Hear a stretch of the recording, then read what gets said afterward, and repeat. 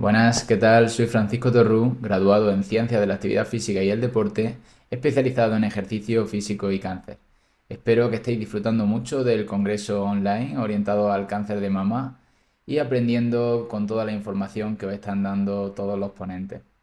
Antes de empezar mi exposición, sí me gustaría pedir disculpas si en algún momento me centro mucho en el género femenino en cuanto al cáncer de mama y no tanto en el masculino. No significa que todo lo que diga no pueda ser extrapolable al cáncer de mama masculino, pero sí es cierto que la mayor evidencia científica hasta el día de hoy se centra en mujeres debido a su mayor incidencia. Es debido a esto por lo que lo haré así. Vamos a empezar a hablar de los datos del cáncer según la SEON, en su informe anual de 2024. La SEON es la Sociedad Española de Oncología Médica y que nos dice que el cáncer con mayor incidencia es el cáncer de mama a nivel mundial y que los casos de cáncer están en continuo aumento y se prevé de aquí a 2040 un aumento de un 54,9% en el de nuevos casos de cáncer. Por lo tanto, el cáncer constituye una de las principales causas de mortalidad en el mundo. Estos datos seguramente ya los conocíais o lo han explicado los ponentes anteriores. Pero lo que sí es cierto es que deberíamos pensar por qué está pasando esto. Y aquí nos lleva a lo mejor a plantearnos una de las hipótesis, ¿no? La edad. Es verdad que vivimos en una sociedad cada vez más envejecida, cada vez vivimos más años, la esperanza de vida es más tardía. Por lo tanto, a mayor edad, mayor riesgo de padecer cáncer. ¿Esto parece ser la razón? Bueno, pues si nos ponemos a seguir analizando, vemos como el cáncer también, ojo, en edades tempranas está aumentando, dándose el caso que de 1990 a 2019 la incidencia mundial del cáncer, pues en etapas tempranas menores de 50 años, ha aumentado un 79,1%. Esto nos dice que tal vez no todo sea la edad. Y es que hay muchos factores de riesgo evitables, como puede ser el tabaco, el alcohol, las infecciones, el sedentarismo, la dieta inadecuada, la gestión del estrés, los disruptores endocrinos, como hablaban compañeros en las ponencias anteriores. Y en este caso también centrarnos en el sobrepeso y la obesidad, es decir, los casos de sobrepeso y obesidad están aumentando también a medida que avanzan los años. Cada vez nos movemos menos, cada vez las nuevas tecnologías nos permiten tener que hacer menos esfuerzo y desplazarnos menos. Y esto pues se ha relacionado el sobrepeso y la obesidad con la asociación con 13 tipos diferentes de cáncer, entre los que se encuentra el cáncer de mama. Y centrándonos en el cáncer de mama, en este estudio se vio como aquellas mujeres que tenían un mayor perímetro de cintura, que se correlacionaba con un mayor porcentaje de grasa visceral, tenían una mayor probabilidad de padecer cáncer de mama. Y es aquí donde aparece el ejercicio como una potente herramienta para disminuir la incidencia asociada a la obesidad y el sobrepeso y en general, ¿no?, a la inactividad física y al sedentarismo. Por lo tanto, lo que habíamos visto de la edad puede ser un factor que está ahí, ¿no? Y la genética juega un papel, pero como dice Jonathan Ruiz, la genética puede poner las balas, pero es el ambiente el que aprieta el gatillo o no. Y se ve en este ejemplo, ¿no? Es cierto que nosotros con nuestros hábitos, nuestro estilo de vida, vamos a hacer que esa pistola se dispare más o menos veces y tengamos más probabilidad de padecer el cáncer. Por lo tanto, mucho está en nuestras manos.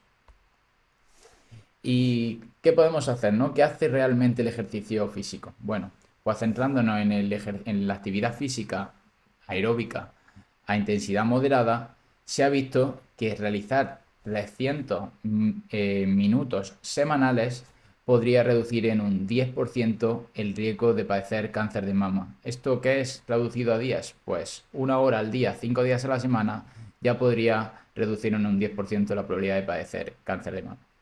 Y si, bueno, no tenemos tanto tiempo o acabamos de empezar a entrenar y tenemos que hacerlo poco a poco, pues bueno, 150 minutos semanales, es decir, 30 minutos diarios, 5 días a la semana, ya reducirían un 6% el riesgo de padecer cáncer de mama. Eso en cuanto a actividad física aeróbica. Pero, ¿qué nos dice la evidencia científica en cuanto a entrenar la fuerza, no? pues en entrenar la fuerza también es algo súper importante, ya que se ha visto que a mayores niveles de fuerza, menor riesgo de mortalidad, ya sea asociada a todas las causas, incluso al cáncer.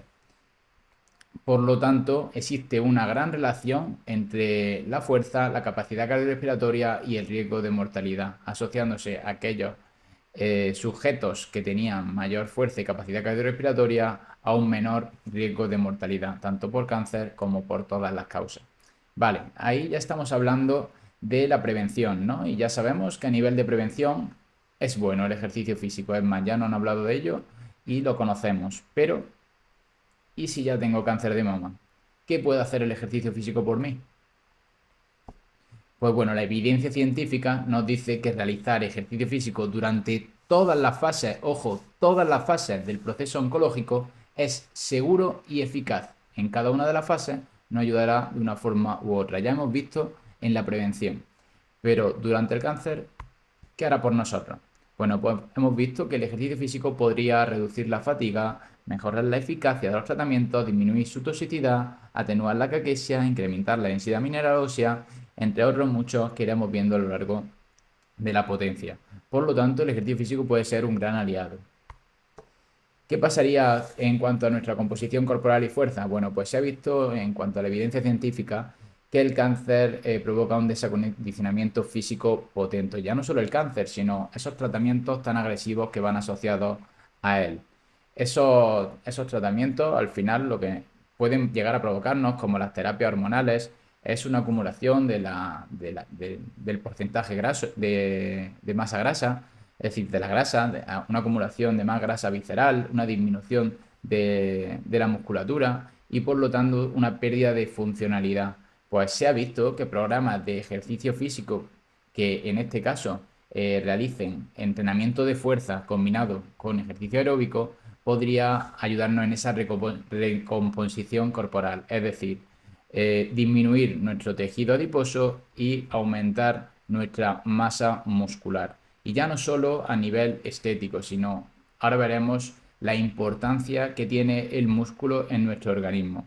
Y ya no solo la masa muscular, sino la funcionalidad de esa masa muscular, que también se vio cómo mejoraban sustancialmente sus niveles de fuerza. Estas personas que realizaban ejercicio físico durante el tratamiento oncológico de su cáncer de mama. Como ya decía, el músculo es muy importante y tenemos que entenderlo como un órgano autocrino, paracrino y endocrino. Es decir, actúa sobre sí mismo y sobre el resto de órganos de nuestro cuerpo. Y hay un aspecto muy importante y es la caquexia. La caquexia afecta en torno a un 15 y un 40% de los pacientes con cáncer en la etapa del diagnóstico, llegando incluso a un 60 y 80% en etapas avanzadas. ¿Pero qué es esto la caquexia? Pues se caracteriza por una pérdida acentuada de masa muscular y en los casos muy severos también masa grasa, llegando a ser una de las causas inmediatas de muerte en cuanto a un 20-40% de los pacientes de cáncer. Es decir, preservar el músculo va a ser súper importante para el buen funcionamiento del resto de órganos de nuestro sistema, así como un seguro de vida, ¿no? Ya que se ha asociado la masa y la función muscular como potentes factores de supervivencia. Y antes de encontrar esos beneficios que veamos nosotros, como yo digo, al espejo, ¿no? Que veamos que tengo más músculo, que he bajado mi tejido graso, ya van a pasar cosas en nuestro cuerpo. En el momento que empecemos a movernos a nivel fisiológico, ya nos va a aportar beneficios. Y esto se ve en cuanto a la diabetes tipo 2 expresada, ¿no? y vista en la hemoglobina glicosilada. Y es que en esta intervención se hizo ejercicio físico durante 12 semanas en pacientes oncológicos. Este ejercicio físico igualmente combinaba entrenamiento de resistencia, es decir, entrenamiento de fuerza, con entrenamiento aeróbico. Y se veía unas reducciones significativas en los niveles de hemoglobina glicosilada. ¿Qué es esto de la hemoglobina glicosilada? Es la media de glucosa en sangre en los anteriores 3 meses, es decir, en los 3 meses anteriores a la medición, pues se ve el porcentaje de glucosa que teníamos en sangre y se usa para diagnosticar la diabetes tipo 2. Pues se vio que se reducía significativamente esos niveles tras esta intervención. También se observó que la reducción en esta hemoglobina glicosilada suele ser mayor cuando los pacientes ya tienen diabetes o prediabetes, es decir, cuando esos valores ya están elevados, se obtienen mayores beneficios aún. Así que esto de decir, no, que yo ya tengo diabetes, yo ya no hace falta, yo ya qué voy a hacer, ya pastillas solamente. Bueno, el tratamiento farmacológico va a ser en muchos casos necesario, pero es que se ha demostrado científicamente que si tú ya tienes diabetes, el hecho de empezar a practicar ejercicio físico te va a reportar mucho más beneficios incluso que en aquella persona que no lo tiene. Por lo tanto, hay que empezar a realizarlo. La hipertensión, pues bueno, es otro efecto común, ¿no? Otro efecto que se suele dar en los pacientes con cáncer, debido muchas veces a la toxicidad de los fármacos asociados, como veremos ahora después a continuación, en las demás diapositivas.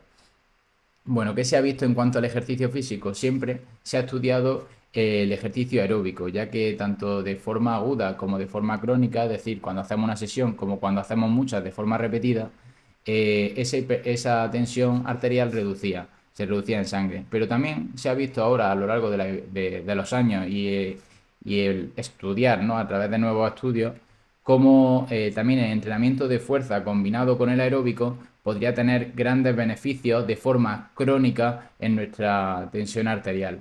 Incluso los ejercicios isométricos, que nunca se habían utilizado, ya que de forma aguda, en el momento que hacemos una sesión, subiría momentáneamente la tensión, de forma crónica, cuando ya llevamos varias sesiones y de forma regular en el tiempo, sí se produciría una reducción. ¿Por qué digo esto de los isométricos? Porque en pacientes que se encuentran más débiles, que tienen que estar en cama, que acaban de empezar y no tienen tanta fuerza, incluso pacientes con una obesidad muy grande y que incluso le pueden doler las articulaciones al realizar ciertos ejercicios, ciertos impactos, el ejercicio isométrico también podría ser un gran aliado frente a la hipertensión, aunque todavía requiere seguir estudiándolo. Llegamos a la cardiotoxicidad, y es que ciertos tratamientos contra el cáncer de mama, como la antraciclina, ciclofosfamida, trastuzumab, podrían desencadenar diferentes cardiopatías, como puede ser la insuficiencia cardíaca, la toxicidad vascular, la miocarditis, la hipertensión, como ya hemos hablado anteriormente, y todo esto se puede llegar a prevenir. Bueno, pues hay diferentes estudios en cuanto a la prevención, uno de ellos realizado en ratones. ¿Y qué se vio? Que, bueno, 30 minutos de ejercicio aeróbico a intensidad vigorosa 24 horas antes de administrar la quimioterapia ofrecía un efecto cardioprotector. En caso de humanos, bueno, pues se ha visto que ese efecto cardioprotector a nivel de fracción de eyección del ventrículo izquierdo no estaba, pero sí que mejoraba la hemodinámica vascular de aquellas personas que realizaban ese tipo de actividad 24 horas antes de la quimioterapia. Por lo tanto, sí podría llegar a prevenir de forma indirecta los efectos nocivos de esa quimioterapia a nivel cardiológico. En cuanto a durante el tratamiento, también se han realizado diferentes estudios en los que se ha demostrado que es seguro y podría ayudar a prevenir ese deterioro de la capacidad cardiorrespiratoria que se da durante el tratamiento contra el cáncer y, en cierto modo, prevenirnos también de desarrollar diferentes cardiopatías. Y en cuanto a la fase de supervivencia, igualmente se ha demostrado como seguro siempre y cuando sea con la supervisión de un profesional especializado. La neurotoxicidad es otro de aquellos efectos negativos que puede darnos ese tratamiento oncológico y seguramente nos suenan muchos de los efectos que vamos a nombrar ahora. Esa neuropatía puede ser a nivel central. ¿Esto cómo sería? Pues que empezaríamos a tener diferentes pérdidas de concentración, nos distraeríamos con facilidad, luego no recordaríamos cosas a corto plazo, tendríamos como problemas para el tema de procesar diferente información, problemas, cálculos fácil a nivel mental. Nos suena, ¿no? Si estamos padeciendo este tipo de efectos negativos. Bueno, pues también se ha visto cómo el ejercicio físico podría de alguna forma estimular el factor neurotrófico derivado del cerebro, una sustancia que nos ayudaría a provocar nuevas neuronas, a generar nuevas neuronas y de esta forma pues disminuir este efecto adverso asociado a las terapias oncológicas, así como que también podría ayudarnos a nivel periférico. ¿Esto cómo es? Bueno, también nos sonará ese hormigueo en las manos, ese dolor, punzadas en los pies igualmente, enrojecimiento. Estamos hablando de la neuropatía periférica. Esto también hay estudios, ¿no? A nivel científico en el que se ha visto cómo incluso 4 semanas de ejercicio físico adaptado a este tipo de trabajo, ¿no? Trabajo sensoriomotor, podría mejorar el equilibrio, la estabilidad y la motricidad de las personas que lo padecen. Incluso esas intervenciones, cuando se desarrollaban, incluso llegando a 8 semanas o más, trabajando la fuerza, el equilibrio, la neurodinamia, podrían incluso mejorar los síntomas, es decir, disminuir el dolor, disminuir esas punzadas, enrojecimiento, bien, pero aún queda por estudiar en este campo, aunque en estos estudios ya se están empezando a ver diferentes mejoras a nivel ya no solo de animales y preclínicos, sino en humanos. Por lo tanto, podría ayudarnos en cuanto a este efecto adverso. Osteopenia y osteoporosis. Esto también va asociado en muchos casos a los tratamientos oncológicos, incluso a la edad. Si hemos tenido el cáncer en etapa premenopáusica y es un cáncer de mama hormonal y nos tienen que provocar la menopausia, pues ¿qué puede pasar? Que haya una pérdida de densidad mineral ósea y esto nos lleve a osteopenia o incluso a osteoporosis, cuando la pérdida de densidad mineral ósea es ya más potente. Pero no todo está perdido. Es decir, el ejercicio físico también se ha demostrado, ojo, el ejercicio físico siempre es complemento del tratamiento que estime nuestro médico. Es decir, si nuestro médico, a causa de la osteopenia o osteoporosis, nos dice que necesitamos tomar un tratamiento farmacológico, lo tomaremos. Pero siempre el ejercicio físico puede actuar de forma complementaria. Bien, ¿y qué nos dice la evidencia científica en cuanto al ejercicio y qué debemos hacer, ¿no? Pues nos dice que la combinación de ejercicio de fuerza, así como el de impacto, podría ser efectiva para pues, esta arquitectura ósea. ¿Cómo sería el trabajo de fuerza y qué impacto tendría sobre nuestro hueso?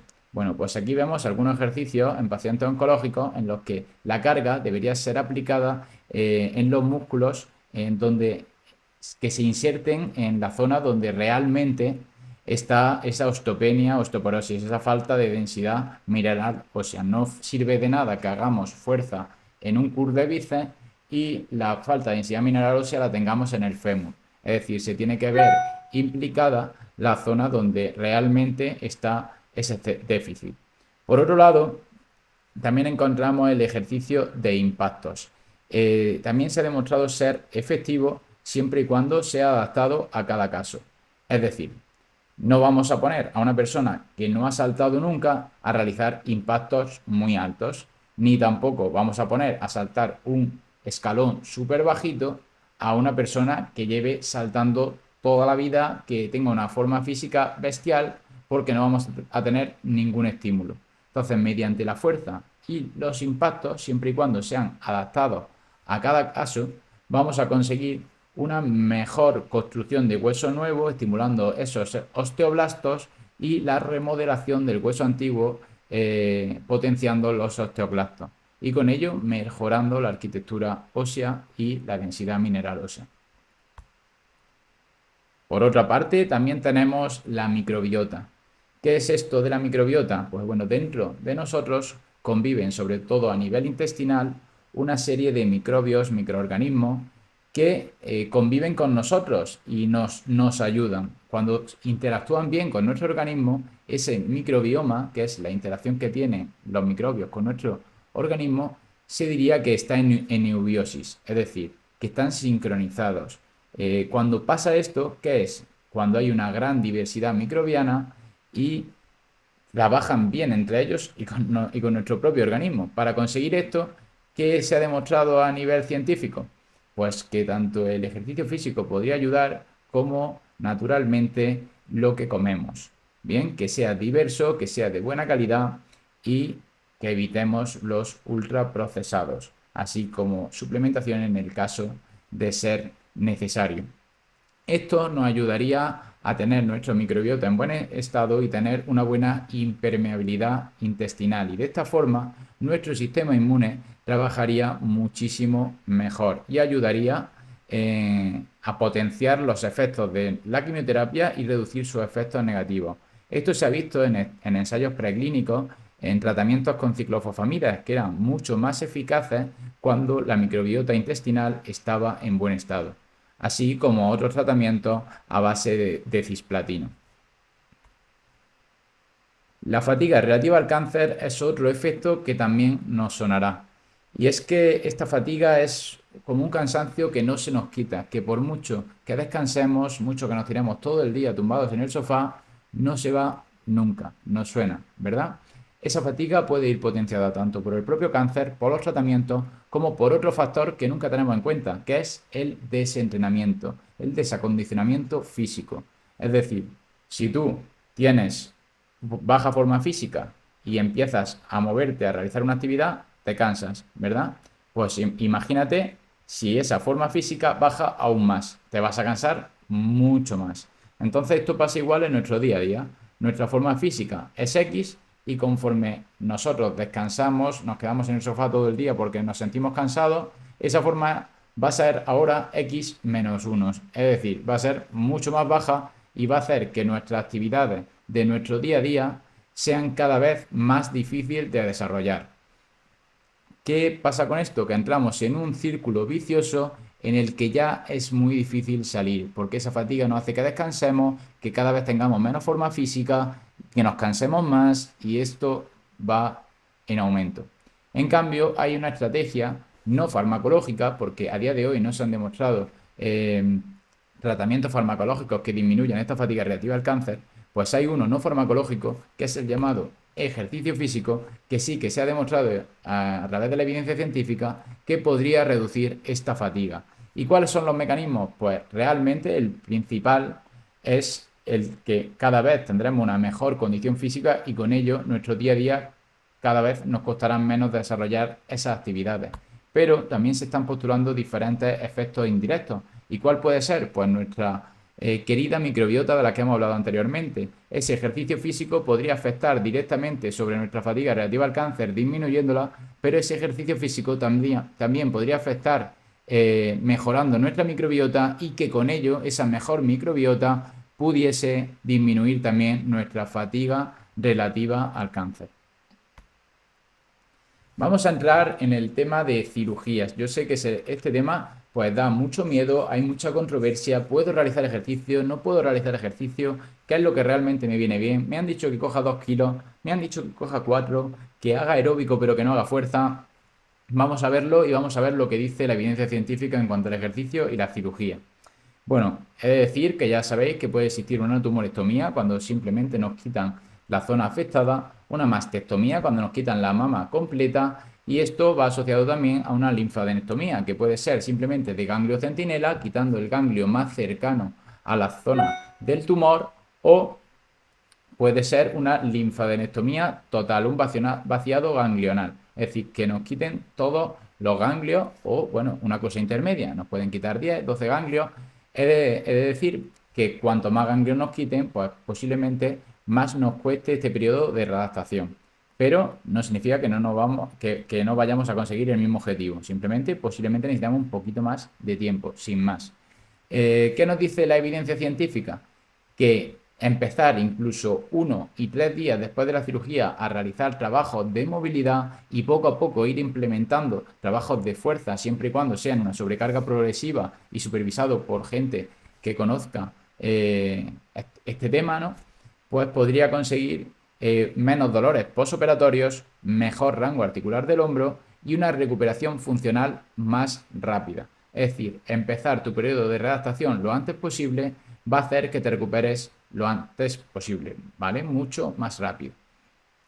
Y también en cuanto a readaptación, también me gusta hablar mucho de la rehabilitación.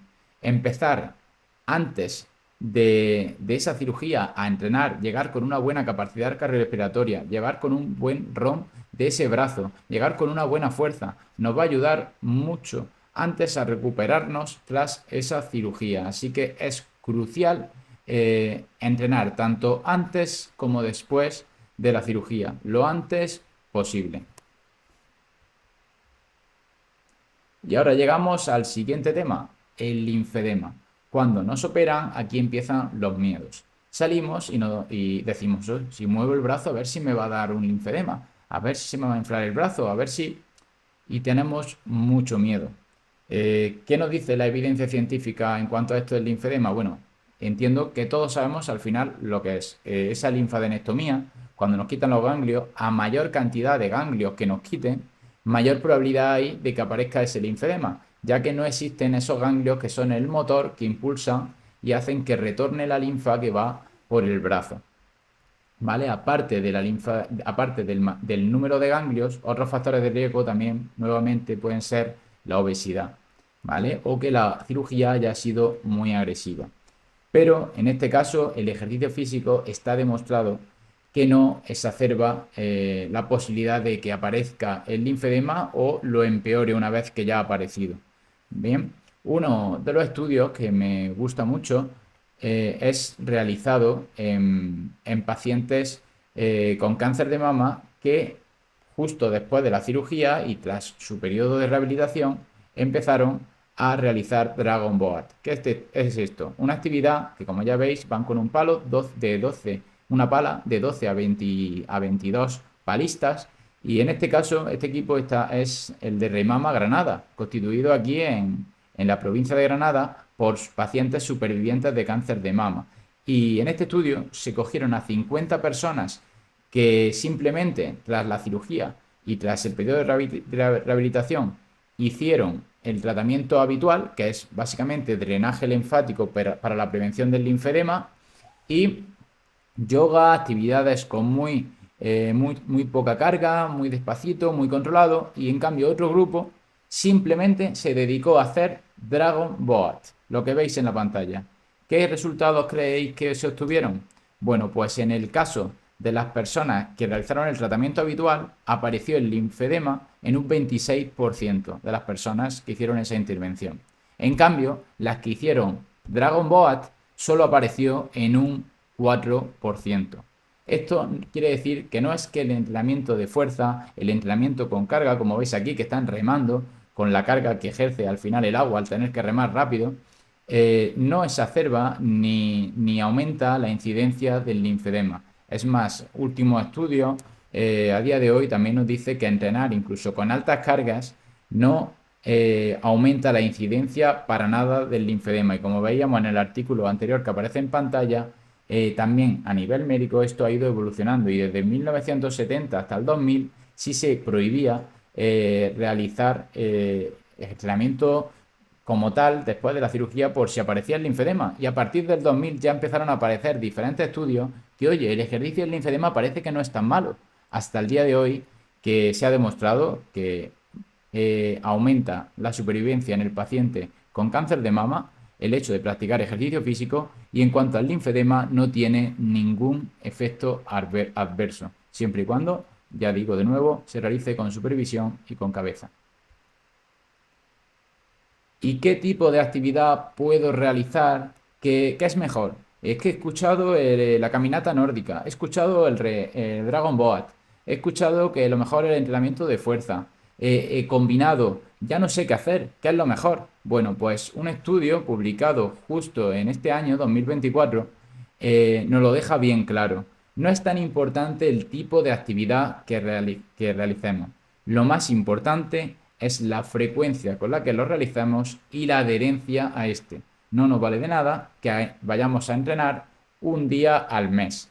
Para nada. Necesitamos más frecuencia. Ahora hablaremos de cuánto sería lo ideal para empezar y luego habrá que individualizar, obviamente. Pero lo más importante es la adherencia, que realizamos ejercicio físico de manera regular.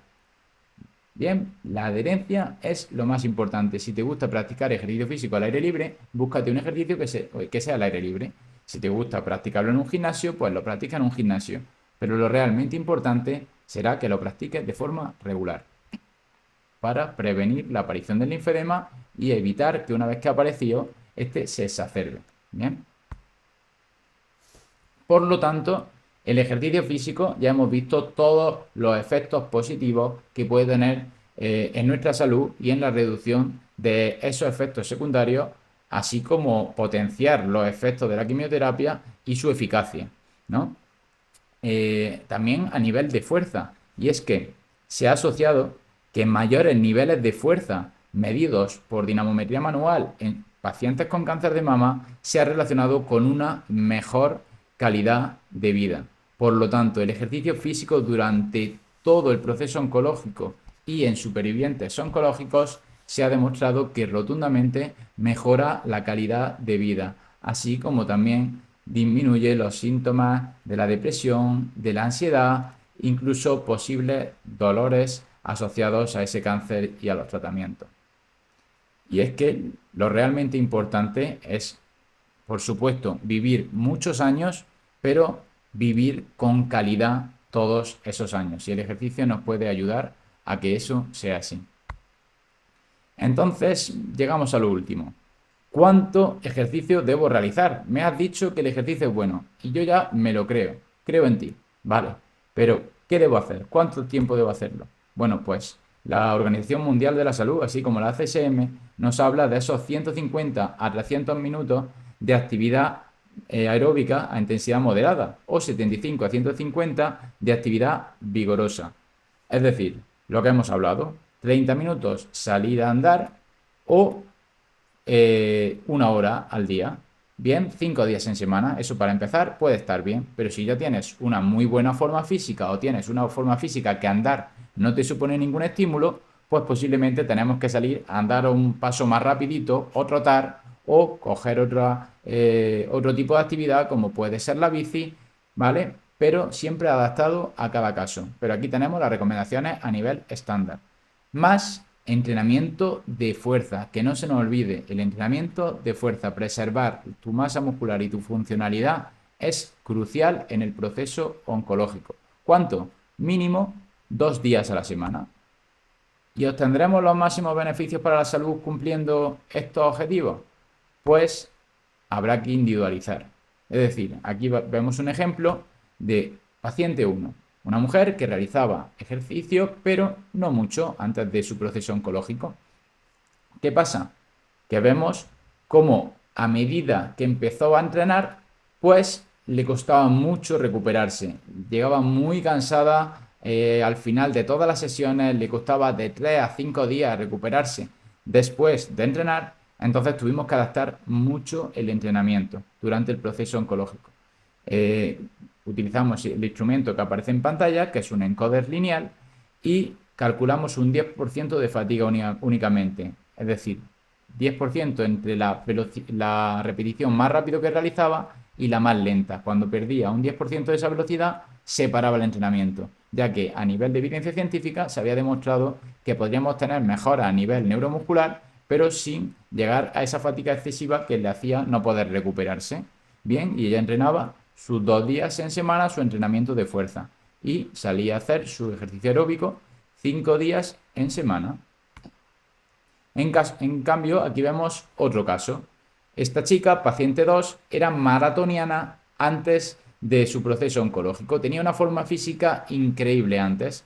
¿Qué pasa? Que eso, el entrenamiento se le quedaba corto. Cogía unos pesos que no cogía nadie, a no ser que ya llevara mucho tiempo entrenando conmigo. Y aquí la veis ahora, pues, entrenando con muchísimo peso, incluso las primeras semanas de haber venido, ya que a ella aplicarle menos peso significaría no crearle ningún estímulo. Ella, en cambio, en vez de esos 5 días a intensidad moderada únicamente, salía a hacer entrenamiento más intenso, incluso entrenamientos propios de su disciplina, que era el atletismo. Por lo tanto, pues hemos visto un claro caso de 2 personas con el mismo tipo de cáncer, con mismo tratamiento, pero que necesita hacer diferente actividad física para conseguir estímulo sobre su mejora de condición física. Concluyendo, aquí vemos que hay que individualizar en cuanto a la cantidad de ejercicio físico y el tipo de ejercicio físico que hay que realizar. En el primer gráfico podemos ver la relación dosis-respuesta entre actividad física y riesgo de mortalidad. En este estudio se realizó mediante pacientes sanos y pacientes con cáncer en los dos. ¿Y qué se vio en los dos? Que es indiferente, que realizar el mínimo recomendado ya podría disminuir en un 20% el riesgo de mortalidad. Es decir, si no llegamos al mínimo recomendado porque acabamos de empezar a entrenar, porque tenemos una forma física muy baja, no pasa nada. El ejercicio físico ya nos va a dar beneficios sobre nuestra salud. En el momento que empecemos a llegar al mínimo, ya nos generará mejores efectos y menor riesgo de mortalidad todavía. En cuanto al entrenamiento de fuerza, igual. La evidencia científica y la Organización Mundial de la Salud nos dice que los 2 días en semana mínimo sería lo ideal, 2 o 3 días de entrenamiento de fuerza. Pero este estudio nos habla de cómo en pacientes con cáncer de mama, incluso realizar simplemente un día a la semana el entrenamiento de fuerza ya descendía en un 33% el riesgo de mortalidad. Es decir, en esas personas que estaban desentrenadas, el hecho de empezar a entrenar fuerza ya obtenía grandes beneficios. Incluso en aquellas que practican, incluso como vemos la paciente anterior, muchos más días de lo recomendado porque su forma física de base es muy buena, nos dice la evidencia científica que no tengas miedo a sobrepasar las recomendaciones, ya que a mayor actividad física, mejores beneficios y menos riesgo de mortalidad. Por lo tanto, las mujeres supervivientes de cáncer de mama también se van a beneficiar de seguir con el ejercicio físico, ya que aquellas que cumplían el mínimo de las pautas de actividad física redujeron en un 55% la probabilidad de recidiva del cáncer y en un 68% la probabilidad de muerte por cualquier causa. Este estudio, como ya digo, realizado en supervivientes con cáncer de mama. Por lo tanto, para terminar, solo decir que el ejercicio físico puede y debe ser un gran aliado frente al cáncer de mama en todas sus fases, en la prevención, en el tratamiento y en la supervivencia. Por lo tanto, no fragilicemos al paciente oncológico. Puede y debe moverse siempre con cabeza y supervisado por un profesional especializado en este tipo de patologías, ¿vale? Y como bien dice Alejandro Lucía, fisiólogo del ejercicio y muy enfocado y especializado en el ámbito oncológico, el ejercicio es el mayor estímulo que existe para la expresión de los genes y lo antinatural realmente es no moverse. Poco más que decir. Espero que os haya gustado la información que os he dado y aquí os dejo mis redes sociales y cualquier duda que tengáis, eres paciente, eres superviviente oncológico y tienes cualquier duda, háblame sin problema e intentaré solucionártela lo mejor posible. Un abrazo y nos vemos pronto.